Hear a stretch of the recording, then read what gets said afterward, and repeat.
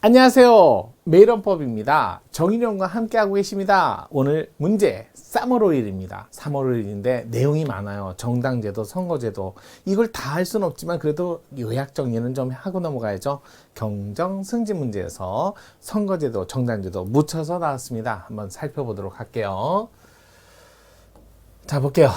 어이구, 선거제도, 정당제도. 자, 볼게요. 정당과 선거제도에 관한 설명조 적절치 않은 거, 정당제도와 선거제도에 관한 설명으로 적절치 않은 것은 했습니다.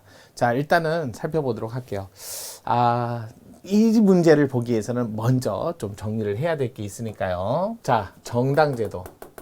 일단은 헌법적 차원의 제도 보장으로서 기본권 보장하고는 다르죠. 기본권 보장인 최대한의 보장하고는 다른 개념이에요. 최대한의 보장과는 차이가 있다라는 거. 이건 다른 최소한의 보장이다. 그래서 헌법에 있는 건 정당제도에 모두가 들어있는 게 아니라 입법자의 자유로부터 정당을 어떤 제도를 본질적인 내용을 보호하기 위해서 본질적인 것만 헌법에 둔 거죠. 그래서 우리나라 정당제도가 헌법에 처음에 들어온 거는요. 3차 개헌 때 처음 들어왔어요. 그래서 8차 개헌 때 자, 요때 국고보조금 요 조문이 추가된 거죠. 보조금 조문이 이렇게 추가됐다. 이렇게 된 거예요. 그래서 3차 개헌 때 이것도 왜 들어왔냐면 정당 보호를 위해서 위헌 정당 해산은 헌재만이 가능하도록 이렇게 된 거죠. 이렇게 해서 그래서 보호조항으로 들어온 거예요. 그래서 정당제도에 관한 조문 그러면 8조. 또 8조는 이것도 일종의 정당도 결사체잖아요. 그런데 이 결사 21조하고의 관계를 논의해서 이거는 일반 모든 경우를 얘기하고 이거는 특별한 결사로서. 그래서 정당은요, 정당의 의의 요거는요 헌법에 있는 게 아니라 이건 정당법에 또 판례도 이렇게 얘기하죠. 판례도 뭐라고 한다? 의사 전달체다 이렇게 얘기하죠. 의사 전달체로서 자 정당은 법인격이 필요 없다. 비법인 사단 사람의 단체 이렇게 보는 거죠. 기본권 주체입니다. 기본권 주체로서 가능합니다. 왜? 국민이 만든 국민주권의 실현이니까요. 하지만 국가기관은 아니라는 거죠. 기관은 아니니까 뭐 권한쟁의한다, 기관서 이런 거 안 되죠. 기본권 주체로서 헌법상 기본권 주체. 다만 이제 기본권 주체인데 이 정당은요 단체도 기본권 주체가 될 수 있고요. 또 개인도 기본권 주체, 사인도 기본권 주체가 된다는 거 이런 뜻이죠. 그래서 정당, 그래서 단체적 이것도 들어가요. 무조건 뭐 정당은 사인만 된다 이건 아니죠. 그래서 조문을 보자면 8조의 1항, 2항, 3항, 4항 기본적으로 조항마다 제목이 있어요. 1항은요 자유예요, 자유. 2항은 의무, 3항은 혜택, 4항은 요게 보호조항으로 들어온 거죠. 그래서 4항이 바로 위헌, 정당, 해산. 그러면서 요게 바로 3차 개헌하면서 들어오게 된 거고, 보조금, 국고보조금, 요거 8차 때 처음 들어왔죠. 기본적으로 위헌, 정당, 해산, 정당의 요것도 조문 그대로 잘 암기하셔야 돼요. 정당의 목적 또는 활동, 조직이 아닙니다. 또는이에요. 활동이 민주적 기본 질서라고 돼 있어요. 그런데도 판례는 요거를 판례, 헌재는 판례라고 할게요. 자유민주적 기본 질서로 자유민주적 기본 가치 질서로 한마디로 좁은 엄격한 의미로 해석을 해야지, 만약에 이걸 넓은 의미로 예시로 해석을 해버리면 모든 걸 다 비밀을 들어갖고 위헌정당 강제산이 가능하게 돼서 오히려 보호가 아니라 많은 제한을 가둘 수밖에 없게 되겠죠. 그래서 자유민주적 기본질서로 좁게 엄격하게 이해한다는 거. 그래서 인권, 의복, 선사시, 경사 요거에 반할 때 누가? 정부가 어디에다? 헌재. 자, 그러면 헌재에서는 7인 이상 출석하시고 6인 이상 찬성을 얻어야만 결정되죠. 해산이 결정. 그렇다고 해서 헌재는 결정을 하는 곳이지 집행을 하는 곳은 아니에요. 집행은 중선위가 합니다. 중선위가 정당법에 따라 집행을 한다. 요거까지 해 주셔야만 됩니다. 그러면서 항상 얘기하지만 자진해산, 또 등록이 취소, 그다음에 강제해산이 있는데 항상 논의되는 게 세 가지 있어요. 세 가지. 항상 논의되는 게 명칭, 재산, 소속 국회의원. 이렇게 요 세 가지를 가지고 평가를 합니다. 여러분 자진해산은요 알아서 자기가 했기 때문에 명칭 계속 사용하고, 잔여 재산은 당원이 정한 바에 그리고 남은 재산일 때 국고기소, 소속 국회의원은 무소속으로 남아있어요. 하지만 강제해산은요 명칭 영원히 사용 못합니다. 금지고요. 제사는 곧바로 당원이 정한 뭐 이런 거 없어요. 곧바로 그러니까 국고기소. 그 다음에 소속 국회의원은 의원직 상실이죠. 근데 이게 지역구든 비례대표든 가리지 않습니다. 왜? 어차피 정당을 해산시키는 건 국민의 의사에서 그들의 의사를 배제하는 목적인데 소속 국회의원이 그대로 남아갖고 국회에서 의견을 개진하고 있다면 그러면 정당 해산은 취지가 반할 수밖에 없죠. 명례 규정은 없지만 의원직 상실이라는 거. 그래서 그렇게 보세요. 등록이 취소된 경우만 당의 명칭 뭐라고 그래요? 정당 명칭은 최초 국회의원 선거 때까지만 사용하지 못하고 그래서 취소, 치읓, 최초, 치읓, 치읓 이렇게 외치면 돼요. 나머지는 똑같아요. 당원이 정한 바 나누고 그러고 남은 게 있으면 국고기소, 소속 국회의원은 의원직 유지. 하지만 강제해산일 때만 이렇게 된다는 거 꼭 기억하세요. 국고보조금 이럴 때 자 여성 추천보조금 시험에 많이 나왔죠. 추천보조금. 그러면서 지역구라고 나오면 국회의원이든 지역구든 비례대표하고 달리 비례는 50% 플러스 마이너스 내에 들어와야 돼요. 조금이라도 벗어나면 위헌이에요. 범위 벗어나면 위헌이에요. 지역구는 플러스 마이너스 33.33%. 자, 이렇게 되는데 플러스 마이너스 50% 하면 1대 2가 되고요. 1대 3이 되고요. 그다음에 요거 13점 그러면 33.1면 1대 2가 됩니다. 1대 2 범주 안에 들면 반하지 않지만 1대 3 범주를 넘어서면 이것도 마찬가지죠. 범주 안에 들면 반하지 않아요. 요 범위 안에 들면 여기를 넘어서면 위헌이에요. 자, 너무나 차별 평등화치게 반한다는 거죠. 그럴 때는 요 위헌일 때는 전체 선거구를 다시 짜야 된다는 거. 이런 것들을 다시 보세요. 국고 여성 추천 보조금. 이거 아니죠. 이거 제가 미쳤네요. 이거 선거제도에서 나온 거고 여성 추천 보조금이죠. 이게 뭔 얘기하는 거예요, 제가. 예. 헷갈렸습니다. 죄송합니다. 이런 실수도 하네요. 자, 여성 추천 보조금. 이거 그게 아니죠. 추천 보조금 하는데 이걸 왜 써요? 여성 추천 보조금은 기본적으로 자, 지역구에서는 자, 30% 노력해야 한다. 이렇게 돼 있고요. 그다음에 자, 비례대표는 50%. 그다음에 필수적으로 홀수번으로 추천해야 한다 이렇게 돼 있죠. 해야 한다 이렇게 돼 있기 때문에 노력해야 된다. 노력했는데 안 돼요. 그러면 보조금이 안 나는 거고 얘는 무조건 해야 돼요. 홀짝. 그래서 조국 정당이 홀수가 여성이고 짝수가 남성인데 조국 씨가 2번이었죠. 그런데 의원직이 상실돼 갖고 정당이 잘못한 거 아니니까 그대로 비례대표 남아있는 상태에서 다음 순위자가 순위 상승해 갖고 자 13등이 올라간 거예요. 그거였으니까 그렇게 보시면 돼요. 자, 이거 반드시 외워야 되고요. 이건 선거제도에서 나오는 거 제가 플러스 마이너스 50% 33.3 좀 착각했습니다. 자, 그다음에 자유인데요. 누구로부터 자유예요? 국가로부터 자유. 뭐부터? 뭐가 자유예요? 설립이 자유. 설립만요? 활동도. 그다음에 자, 해산도, 자진해산도 자유예요. 활동하는 자, 합당도 하고 분당도 하는데 합당하면 이거 승계 조항은 강행 조항이기 때문에 합당하는 정당끼리 합의로 이 승계 중에 의무를 배제하는 승계 조항 다 강행 규정인데 그거에 반하면 무효라는 거. 의무를 배제하는 거 안 돼요. 자, 그다음에 설립이 자유니까 복수정당제도. 이렇게 나오죠. 특히 복수정당제도 자유민족 기본질서에 해당되고 헌법 개정 금지 사항이라는 거. 이런 거 알아두시고요. 또 의무는요. 요 자유고 의무예요. 자유가 있으면 당연히 책임이 따르고 의무잖아요. 이것도 조심하세요. 정당의 목조할이에요. 목조할은 민주적이어야 된다 이렇게 돼 있죠. 이 말은 국민의 의사를 반영할 수 있는 민주적 의사 반영을 위한 의사를 반영하기 위한 조직체를 가져야 돼. 조직 구성 의무가 있다라는 거예요. 의무. 그래서 1, 2항을 합치면 뭐가 나온다? 정당의 설립 요건이 나오는 거죠. 그랬을 때 중앙당 5개 이상의 시도당, 그러면 여기 시도당에 각 시도당에 1,000인 이상의 당원 이렇게 되는 거죠. 이렇게 5개 이상을 요구하는 건 지역정당을 탈피하고 1,000인 이상을 요구하는 건 군소정당 난입을 방지하기 위해서. 그래서 지역적 요건과 시간적 요건. 왜 1,000인 모으려면 시간 좀 필요하잖아요.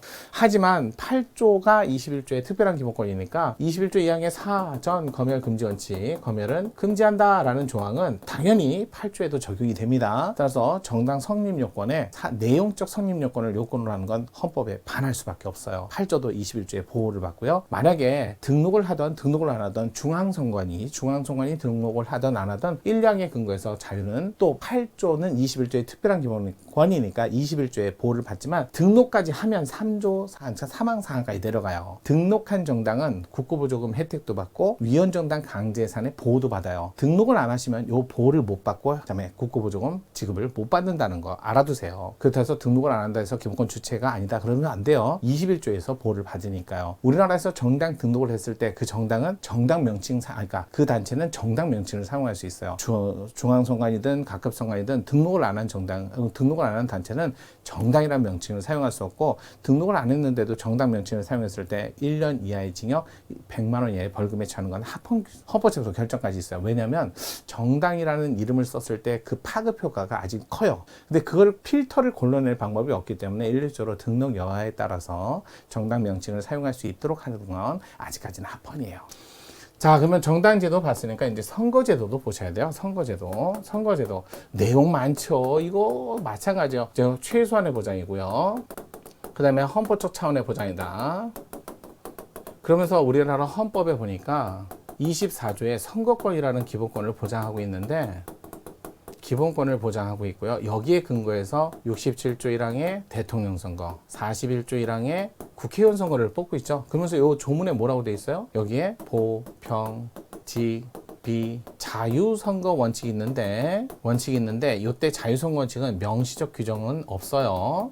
그래도 당연히 인정한다는 거. 왜? 우리나라 국민주권이 실질적 국민주권이에요. 그래서 옛날에 비해서 형식적으로 사람을 뽑는데 국한하는 게 아니라 계속적으로 반은 대표가고 반은 국민이 직접 결정하는 실질적 국민주권이니까 언제든지 자유롭게 국민의 의사를 반영할 수 있는 건 굳이 안 써도 당연하다 이런 뜻이고요.